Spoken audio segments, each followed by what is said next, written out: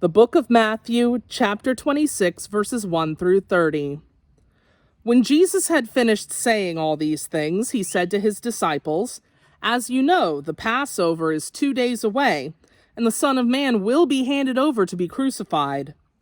Then the chief priests and the elders of the people assembled in the palace of the high priest, whose name was Caiaphas, and they plotted to arrest Jesus in some sly way and kill him. "But not during the feast," they said, "or there may be a riot among the people." While Jesus was in Bethany, in the home of a man known as Simon the leper, a woman came to him with an alabaster jar of very expensive perfume, which she poured on his head as he was reclining at the table. When the disciples saw this, they were indignant.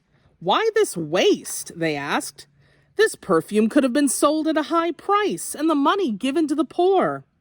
Aware of this, Jesus said to them, "Why are you bothering this woman? She's done a beautiful thing for me. The poor you will always have with you, but you will not always have me. When she poured this perfume on my body, she did it to prepare me for burial. I tell you the truth, wherever this gospel is preached throughout the world, what she has done will also be told in memory of her." Then one of the 12, the one called Judas Iscariot, went to the chief priests and asked, "What are you willing to give me if I hand him over to you?" So they counted out for him 30 silver coins. From then on, Judas watched for an opportunity to hand him over. On the first day of the Feast of the Unleavened Bread, the disciples came to Jesus and asked, "Where do you want us to make preparations to eat the Passover?" He replied, "Go into the city to a certain man and tell him, 'The teacher says, my appointed time is near.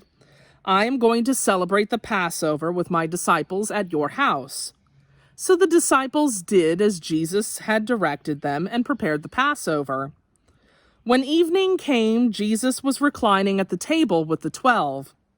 And while they were eating, he said, "I tell you the truth, one of you will betray me." They were very sad and began to say to him one after the other, "Surely not I, Lord."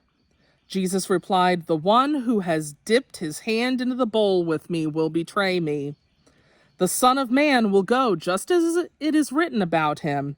But woe to that man who betrays the Son of Man. It would have been better for him if he had not been born." Then Judas, the one who would betray him, said, "Surely not I, Rabbi." Jesus answered, "Yes, it is you." While they were eating, Jesus took bread, gave thanks and broke it, and gave it to his disciples, saying, "Take and eat. This is my body." Then he took the cup, gave thanks, and offered it to them, saying, "Drink from it, all of you. This is my blood of the covenant, which is poured out for many for the forgiveness of sins. I tell you, I will not drink of this fruit of the vine from now on until that day when I drink it anew with you in my Father's kingdom." When they had sung a hymn, they went out to the Mount of Olives. The word of the Lord.